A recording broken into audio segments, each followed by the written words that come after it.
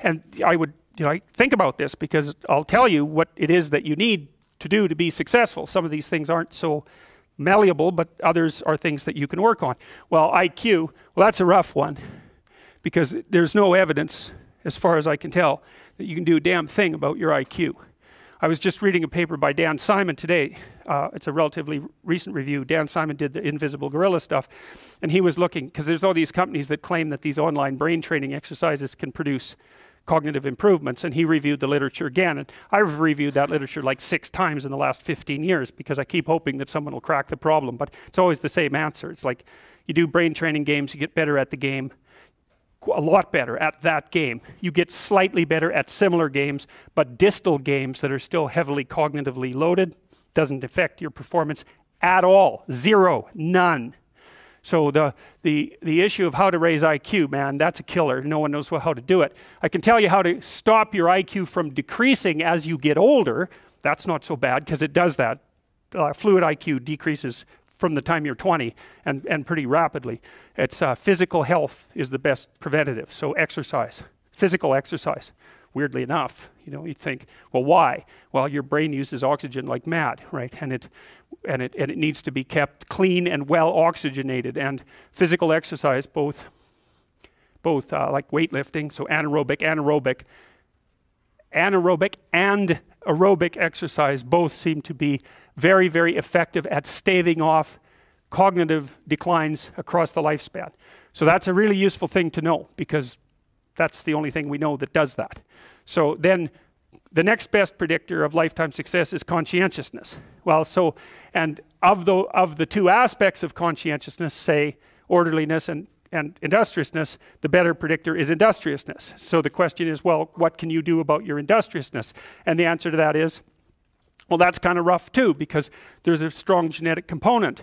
But you can work on micro habits with regards to your conscientiousness. And I think the best micro habits, this is partly to do with this future authoring program processes, I think the best thing you can do with regards to your conscientiousness is to set up some aims for yourself, goals that you actually value. And the future authoring program helps people do that. And basically, it does a situational analysis of, it helps you do a situational analysis of your life more than a psychological analysis, I would say. And so the questions are something like, well, all right, you're going to have to put some effort into your life.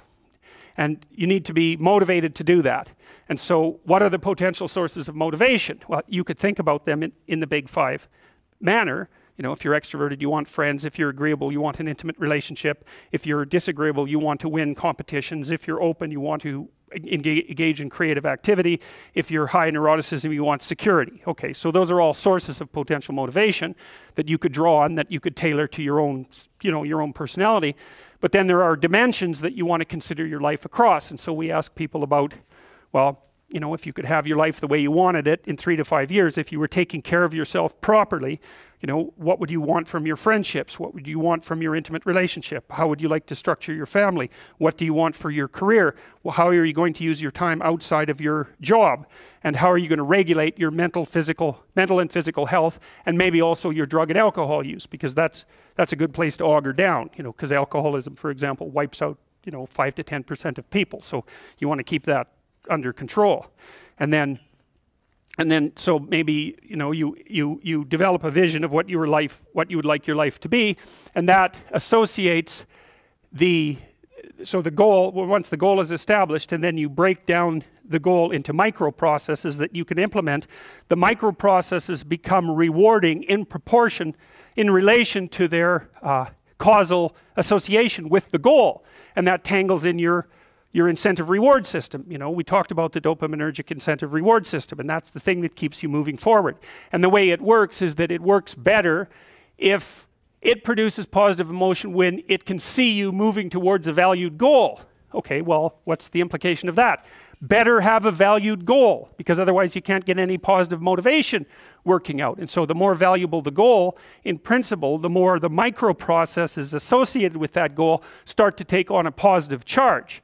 And so what that means is, well, you get up in the morning and you're excited about the day, you're ready to go. And so as far as I can tell, what you do is you specify your long-term ideal. Maybe you also specify a place you want to stay the hell away from, so that you're terrified to fail as well as excited about succeeding, because that's also useful. You specify your goal. You do that in some sense as a unique individual. You want to specify goals that make you say, oh, if that could happen as a consequence of my efforts, it would clearly be worthwhile. Because the question always is, why do something? Because doing nothing is easy. You just sit there and you don't do anything. That's real easy. The question is, why would you ever do anything? And the answer to that has to be because you've determined by some means that it's worthwhile. And then the next question might be, well, where should you look for worthwhile things? And one would be, well, you could consult your own temperament. And the other would be, well, you kind of look at what it is that people accrue that's valuable across the lifespan. So you do a structural analysis of the subcomponents of human existence, and I already did that. You need a family, you need friends. Like, you don't need to have all these things, but you better have most of them. Family, friends, career, educational goals, plans for, time outside of work, attention to your mental and physical health, etc. That's what life is about. And if you don't have any of those things, well, then all you've got left is misery and suffering. So that's a bad deal for you. So once you set up that goal structure, let's say, and that's really in many ways that's what you should be doing at university.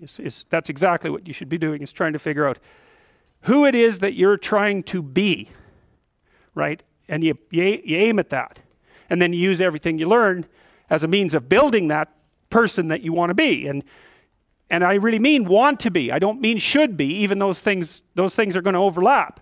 And it's important to distinguish between those, because that's partly, and this is back down to the micro-routine analysis. So if I was saying, well, you're going to try to make yourself more industrious. Okay, number one, specify your damn goals, because how are you going to hit something if you don't know what it is? That isn't going to happen. And often people won't specify their goals too, because they don't like to specify conditions for failure. So if you keep yourself all vague and foggy, which is real easy, because that's just a matter of not doing as well, then you don't know when you fail. And people might say, well, I really don't want to know when I fail because that's painful. So I'll keep myself blind about when I fail. That's fine, except you'll fail all the time then. You just won't know it until you've failed so badly that you're done.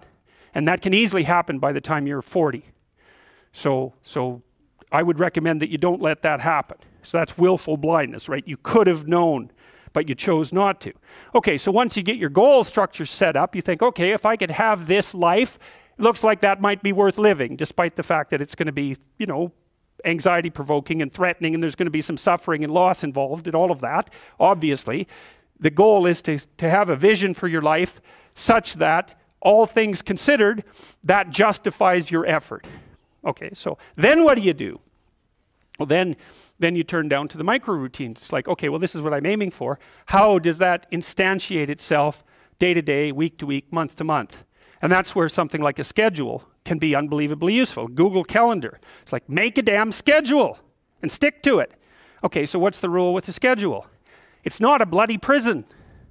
That's the first thing that people do wrong. They say, well, I don't like to follow a schedule. Well, it's like, well, what kind of schedule are you setting up? Well, I have to do this, then I have to do this, then I have to do this, and then I just go play video games, because who wants to do all these things that I have to do? It's like, wrong. Set the damn schedule up so that you have the day you want. That's the trick. It's like, okay, I've got tomorrow.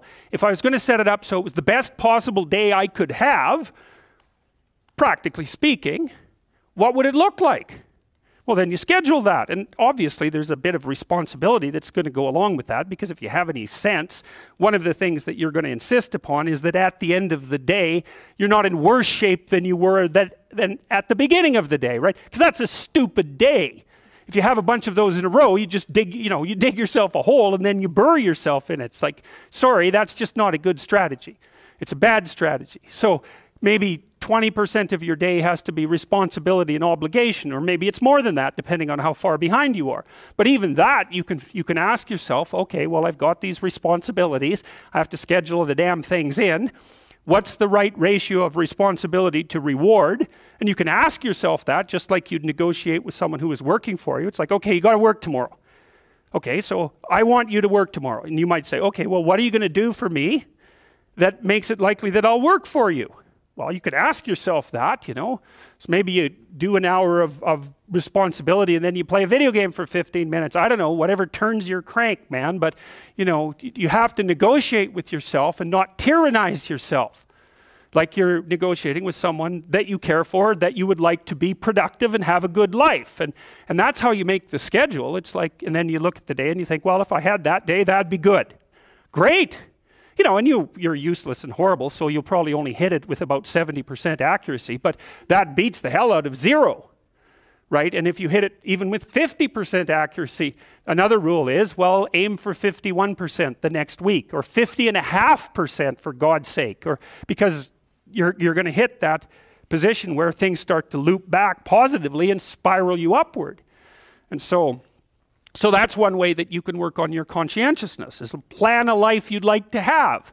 And you do that partly by referring to social norms. That's more or less rescuing your father from the belly of the whale. But the other way you do that is by having a little conversation with yourself about, as if you don't really know who you are, because you know what you're like. You won't do what you're told. You won't do what you tell yourself to do. You must have noticed that. It's like you're a bad employee and a worse boss. And both of those work, you know, for you. You don't know what you want to do, and then when you tell yourself what to do, you don't do it anyways. You should fire yourself and find someone else to be. But